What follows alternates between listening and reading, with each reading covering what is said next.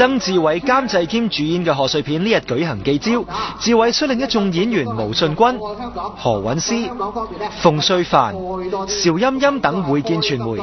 據知楊千嬅原本都有份主演呢套戲，不過最後千嬅臨時辭演，志偉揾何韻詩頂上。阿詩要臨急受命，志偉都大讚佢非常專業。阿詩其實我一路都覺得佢係一個好嘅喜劇演員嚟嘅，不過就一路都唔知揾到咩角色啱佢，咁而家有時見到佢話細哥，我拍下，我乜都得噶，咁啊，佢真係乜都得啦！而家喺個片場度，真係嘅，我覺得佢係秉承佢師傅嘅，真係，佢同阿妹一樣噶，你叫得佢，佢就理噶啦咁樣，咁所以最近咪有幅相好勁嘅，佢喺西洋菜街。志偉講嗰張相，咪就係阿詩同埋 Bosco 街頭激吻嘅劇照咯。阿詩今次同黃宗澤演情侶，當中仲有唔少激情氣氛添。阿詩怕唔怕 Bosco 位 Honey 胡杏兒會呷醋㗎？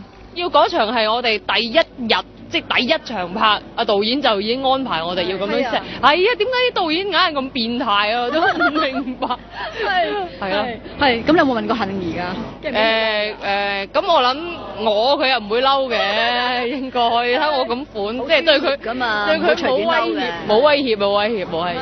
呢部戲另一個驚喜，當然係揾到正喺度休息嘅毛姐出山啦。毛姐再度同志偉演熒幕夫妻，有志偉嘅誠意邀請，毛姐當然好樂意犧牲自己嘅休息時間啦。即係我就好難同志偉 say no 嘅，因為我其實之前呢幾年佢都有嗌我㗎，咁但係因為我一路都拍緊 TVB 啲劇啊嘛，咁就年年都拍唔到。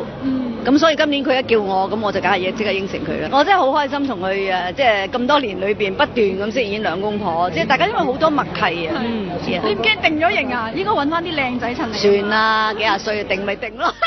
靚仔就留翻真實嘅世界入邊，即係戲入邊嗰啲。但係冇可能啦。